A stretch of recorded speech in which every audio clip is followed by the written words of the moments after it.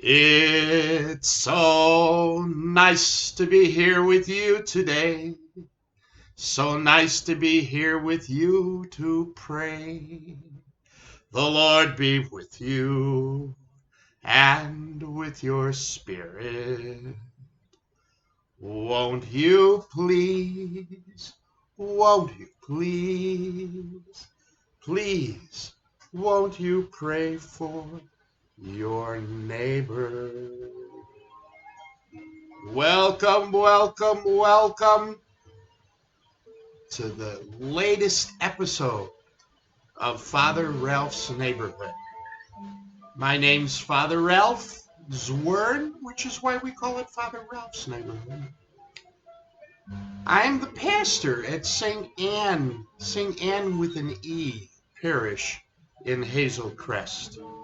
And we've been doing these Father Ralph Neighborhood episodes for a while now, hoping to reach out not just to our own parishioners, but to others who would like to sit as a family and reflect on the gospel of the weekend. So we hope that even if you're alone at home, or if you have a large family, that you can gather around and reflect on the beautiful scriptures that the church gives us each weekend. This is the fifth Sunday of Lent. The fifth Sunday of Lent. Where does time go when you're celebrating this wonderful season? It just flies by. And we have a beautiful gospel this weekend, if you're following along, which I hope you are from your family Bible. This is from the Gospel of St. John, and it is from chapter 12, and it starts with verse 20 and goes to verse 33. Some Greeks were among those who had gone to Jerusalem to worship during the festival. They went to Philip, he was from Bethsaida in Galilee, and said, "So, sir, please, we want to see Jesus." Philip went and told Andrew, and the two of them went and told Jesus. Jesus answered them, "The hour has now come for the Son of Man to receive great glory. I am telling you the truth. A grain of wheat remains no more than a single grain unless it is dropped into the ground and dies. If it dies, then it produces many grains. Those who love their own life will lose it. Those who hate their own life in this world will keep it for life eternal.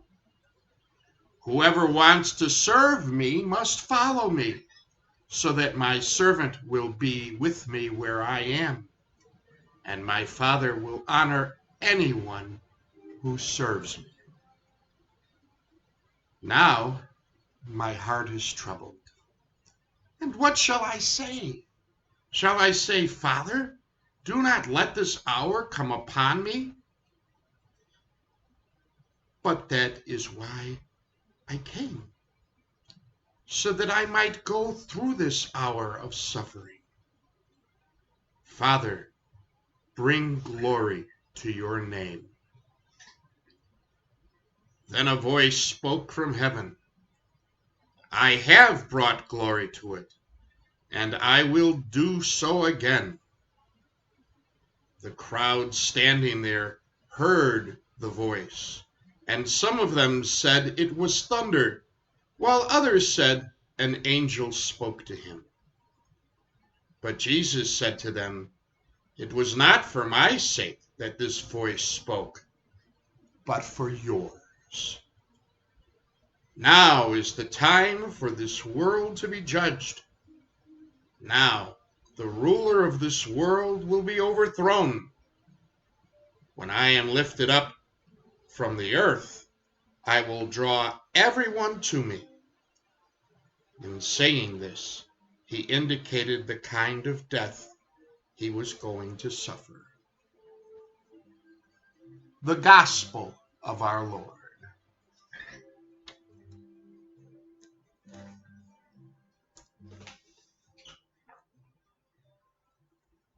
When I was in grade school, I went to Charles Carroll Elementary, 2929 West 83rd Street. I'm not sure why we had to memorize that when we were younger. Maybe if they were afraid we might get lost or something. Because, in those days, you walked. You walked from your house to the school and the school back home again. Well, anyway, Charles Carroll, by the way, was one of the signatories of the Declaration of Independence. And he came from Carrollton, Charles Carroll of Carrollton. Well, we had an incredible group of teachers, and I'm not just saying that. They were just magnificent teachers. And we had a really good science program. Of course, when I was in grade school, that wasn't all that unusual because we were in this space race with the Soviet Union at that time, Russia today. Well, they thought the best way for us as a country to compete with Russia was to educate our young people, to give them the kind of background in science and technology that would pay off in the future. So our teachers did a great job of teaching us science. I loved science. Science was always my favorite and my best subject. Right? So one day, out comes our teacher with a little glass jar, and the glass jar had a heavy piece of black cardboard around it, and pressed between the black cardboard and the jar was this lima bean, this large, so it did a seed, but a very large seed, right? And they put water in the jar, and we got to watch it. And of course, it sprouted.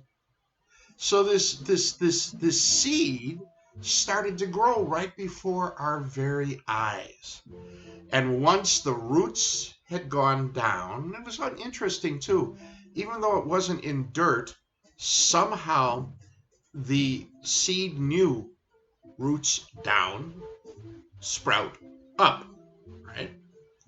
So they took the seed when it got sprouted enough and put it in a little thing of dirt, right?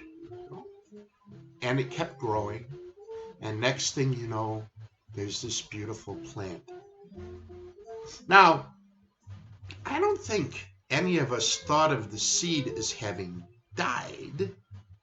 I just think we thought that it was planted, like you plant any seed. My mom was never much on gardening, right? But I think we were at Zayre, and they had a thing on sale, and you unrolled it. It was this big, long pad. You put it on top of fresh dirt, and you soaked it with water. And in that pad were all kinds of seeds.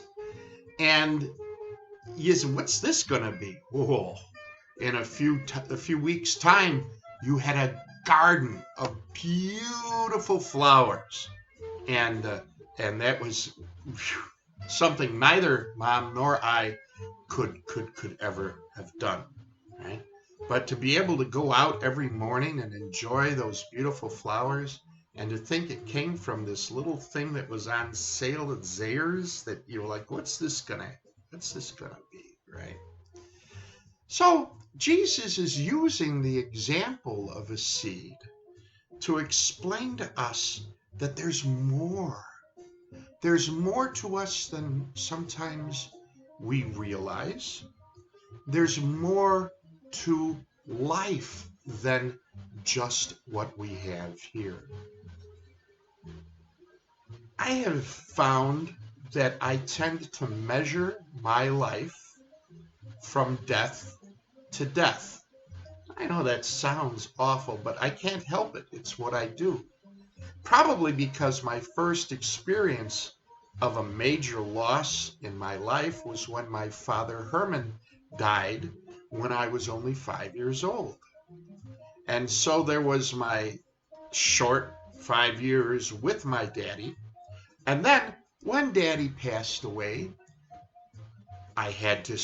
everything had to change. Daddy used to walk me to school every day. Now, Grandpa had to walk me to school, and I missed Daddy.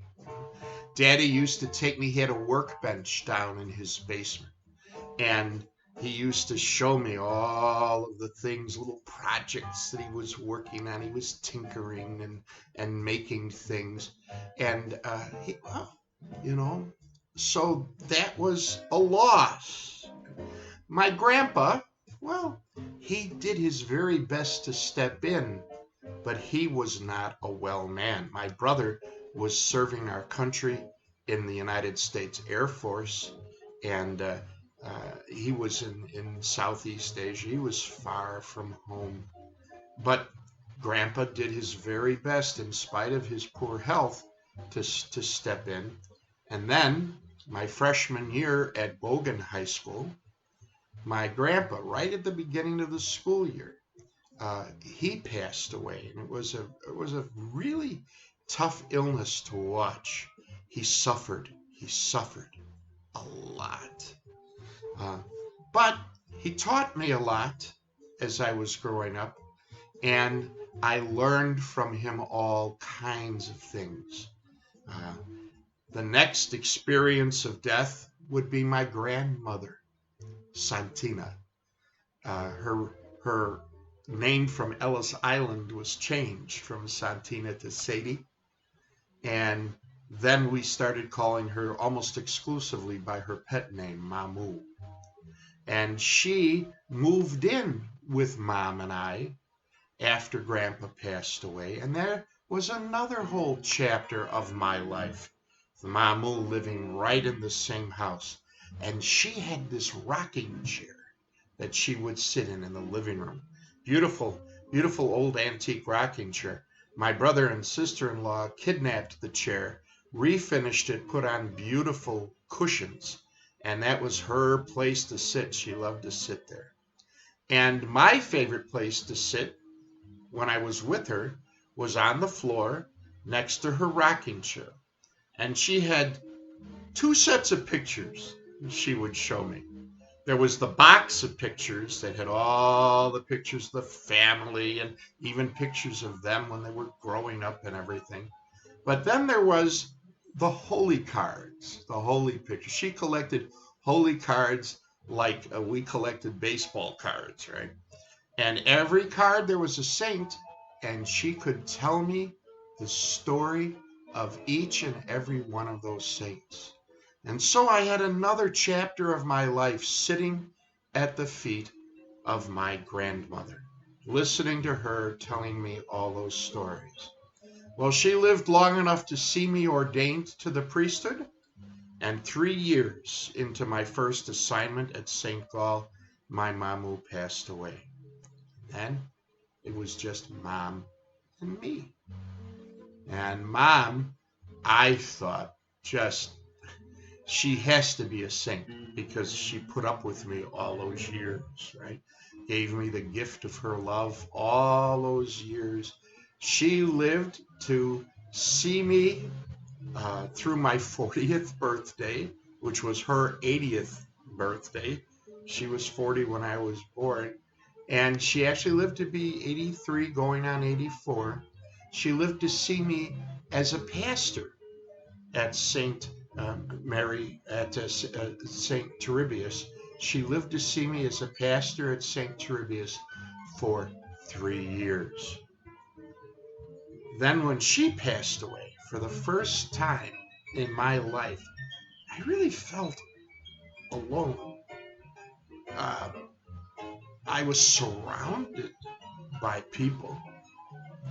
I still had and still have my brother and my sister-in-law, but somehow, finally, all of that death had caught up with me. And it took me a while to realize that unless the grain of wheat falls to the earth and dies, it remains just a grain of wheat.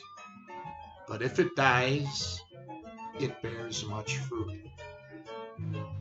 Their lives had been planted in me, in my heart, in my spirit, in my life. And if I'm honest with you, and I'm honest with myself, when I look at myself as a person, I can see my father. I can see my grandfather. I can see my mama. And boy, can I see my mom. So they may have died, but not so much died as planted. They planted their love into my life, into my heart, and it took root and it grew. And that made me think, wow, whose lives am I planting my love in? Well, go all the way back to the old neighborhood, my playmates, my friends, my classmates at Carroll and at Bogan, right? My classmates when I went into the seminary, my friends who I worked with at the Savings and Loan, my wonderful boss, Doc Gazier, and my boss in the computer room, Terry, and my dear friend from the computer room, Tracy. Tracy and Terry and Doc, and they helped make me who I am, right? And they nurtured my interest in computers. And everybody in my life, they've been planting. They've been planting themselves in my life. And it is because of them I am who I am today. So here's your homework. I want you to think about the people who have been planting themselves in your life, what they have given you, how much like them you already are, and I want you to think of the people you have been planting yourself in, the people you have been planting the gift of your love in, realizing that that gift of your love is helping to make them not just who they are right now, but who they will become. Jesus came to plant himself into our lives. He planted his love. He planted his grace. And we are, if we embrace his gospel, we are who we are because of him, because of his love. What a gift. What a gift we've been given. What a gift we give. And we're glad that we can plant ourselves in the lives of those around us. Because if we don't, then we remain just a seed. But if we plant ourselves in the hearts of our family, our friends, that seed takes root and grows and grows and grows. Good Lord willing, and the creek don't rise, we'll be here with you again next weekend. Palm Sunday. Palm Sunday next weekend. Wow. So I hope you'll be able to join us.